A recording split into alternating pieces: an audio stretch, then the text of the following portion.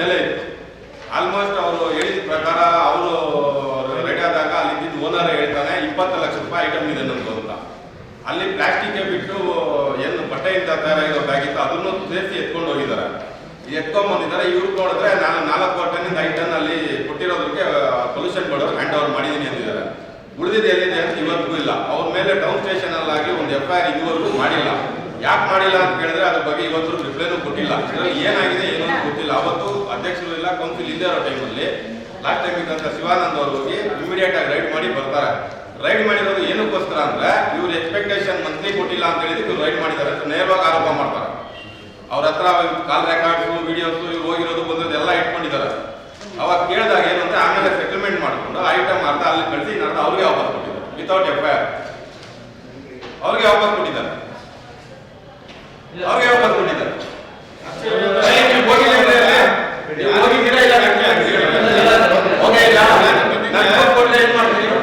ಏನ್ ಮಾಡ್ತೀನಿ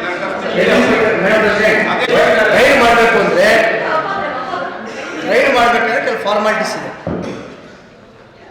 ಮಾಜರ್ ಪಂಚನಾಮಗಳು ಮಾಡಬೇಕು, ವಿಡಿಯೋ ಮಾಡಬೇಕು, ಏನು ರಿಕವರಿ ಮಾಡ್ತಾ ಇದ್ದೀವಿ, ಎಷ್ಟು ಐಟಮ್ಮು, ಪಂಚನಾಮಗಳು ತಗೊಂಡು ಓನರ್ದು ಸಿಗ್ನೇಚರ್ ತಗೊಂಡು ಬರಬೇಕು. ಆವಾಗ ನೀವು ಸೇಫ್ ಆಗ್ತೀರಾ. ನೋಡಿ, ಇಲ್ಲ ಅಂದರೆ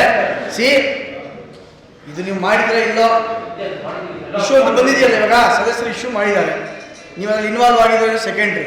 ಆದರೆ ನೀವು ಫಾರ್ಮಾಲಿಟಿ ಅದೆಲ್ಲ ಮಾಡಿದ್ದೀರಾ, ವಿಡಿಯೋ ಮಾಡಿ ಪಂಚನಾಮಗೆಲ್ಲ ಮಾಡಿದ್ದೀರಾ, ಅಧ್ಯಕ್ಷ ಗಮನಕ್ಕೆ ತಂದಿದ್ದೀರಾ? ನೋಡಿ, ಇಂಥ ಇಶ್ಯೂಸ್ ಏನಿದೆ ಅಧ್ಯಕ್ಷರೇ, ಡೇ ಸಾಯಂಕಾಲ ತಕ್ಷಣ ನಿಮ್ಗೆ ಅಪ್ಡೇಟ್ ಮಾಡಬೇಕು. ನೀವೆಲ್ಲಾದರೂ ಇರಲಿ, ನೀವು ಆಫೀಸಲ್ಲಿ ಇಲ್ಲಿ ಇಲ್ಲದೇ ಇರಲಿ, ಟೈಮ್ ಟು ಟೈಮ್ ಇವರು ಯಾರಿದ್ದೀರಿ, ನೀವು ಅಧ್ಯಕ್ಷರು ಉಪಾಧ್ಯಕ್ಷರು, ನೀವು ಸ್ಥಾಯಿ ಸಮಿತಿ ಅಧ್ಯಕ್ಷರಾಗಿದ್ದೀರಿ. ನೋಡಿ, ಇವತ್ತಿನ ದಿನಚರಿ ಇಷ್ಟು ರೈಡ್ ಮಾಡಿದ್ದೀವಿ, ಇಷ್ಟು ಪಂಚನಾಮಗಳಿಂತ ಅವರು ಪಂಚನಾಮಗಳಲ್ಲಿ ಪ್ರೈವೇಟ್ ಅವ್ರು 3 ಇರಬೇಕು, ಅಫಿಷಿಯಲ್ಸ್ 2 ಇರಬೇಕು, ಇವೆಲ್ಲ ಫಾರ್ಮಾಲಿಟೀಸ್ ಫಾಲೋ ಮಾಡಿದ್ದೀವಿ, ಸೀಸ್ ಮಾಡಿದ್ದೀವಿ ಮೇಡಮ್ ಅಂತೇಳಿ ನಿಮ್ಮ ಗಮನಕ್ಕೆ ಕಾಯಬೇಕು. ನಿಮ್ಮ ಗಮನಕ್ಕೆ ಬಂದು ಡೆಲಿವರಿ ನೋಟ್, ನೀವು ರಿಕವರಿ ನೋಟ್ ಆದಮೇಲೆ ಡೆಲಿವರಿ ನೋಟ್ ಪೊಲ್ಯೂಷನ್ ಬೋರ್ಡ್ಗೆ ಏನು ಕೊಡ್ತೀವಿ, ನೋಟಿಸ್ ಬೋರ್ಡ್ ಹಾಕ್ಬೇಕು. ನೀವು ಇಷ್ಟು ಟನ್ ನಾವು ಹೇಳ್ತಿದ್ದಾರೆ, ಅವ್ರು 8 ಟನ್ ಅಂತ ಹೇಳಿದ್ರೆ ನೀವು 4 ಟನ್ ಅವ್ರಿಗೆ ಹ್ಯಾಂಡ್ ಓವರ್ ಮಾಡ್ತೀವಿ ಅಂತ ಹೇಳ್ತೀರಾ, ಅವ್ರು 8 ಟನ್ ಅಂತ ಹೇಳ್ತಾರೆ.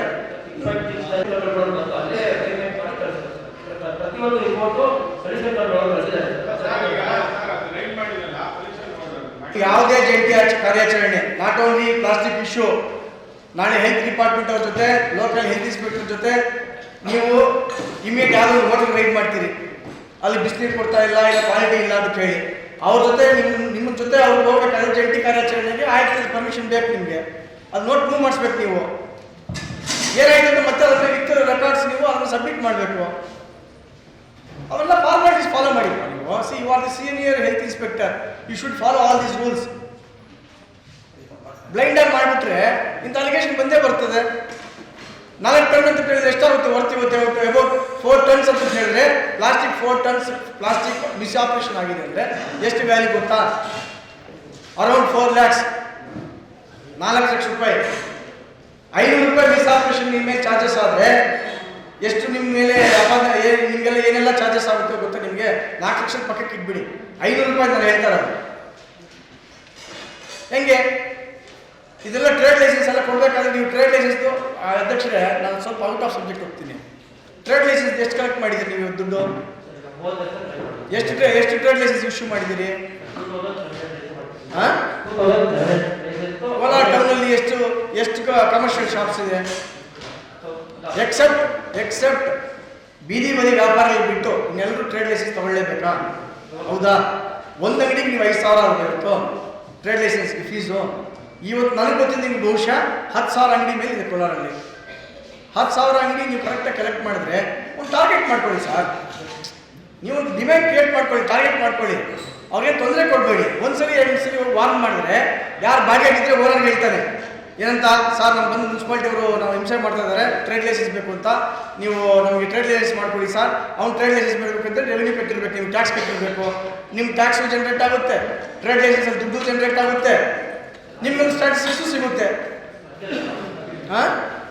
ನೋಡಿ ಸರ್, ಅದನ್ನು ರೆವೆನ್ಯೂ ಜನ್ರೇಟ್ ಮಾಡಿ ಸರ್. ನೀವು ರೆವೆನ್ಯೂ ಜನ್ರೇಟ್ ಮಾಡೋಕ್ಕೆ ಏನೆಲ್ಲ ಕ್ರಮ ತಗೊಳ್ಬೇಕು. ನೀವು ದುಡ್ಡು ಇದ್ದರೆ ನೀವೇನು ಮಾಡೋಕ್ಕಾಗಲ್ಲ ಸರ್. ಲೋಕಲ್ ಬಾಡಿಯಲ್ಲಿ ದುಡ್ಡು ಇದ್ದರೆ ನೀವೇನು ಮಾಡೋಕ್ಕಾಗಲ್ಲ. ನೀವು ಮಿನಿಮಮ್ 5,000 ಅಂಗಡಿ ನೀವು ಇಶ್ಯೂ ಮಾಡಿದ್ರೆ ಟ್ರೇಡ್ ಲೈಸೆನ್ಸು ನಿಮ್ಗೆ ಎಷ್ಟು ದುಡ್ಡು ಬರುತ್ತೆ ಇವತ್ತು ಜನ್ರೇಟ್ ಆಗುತ್ತೆ?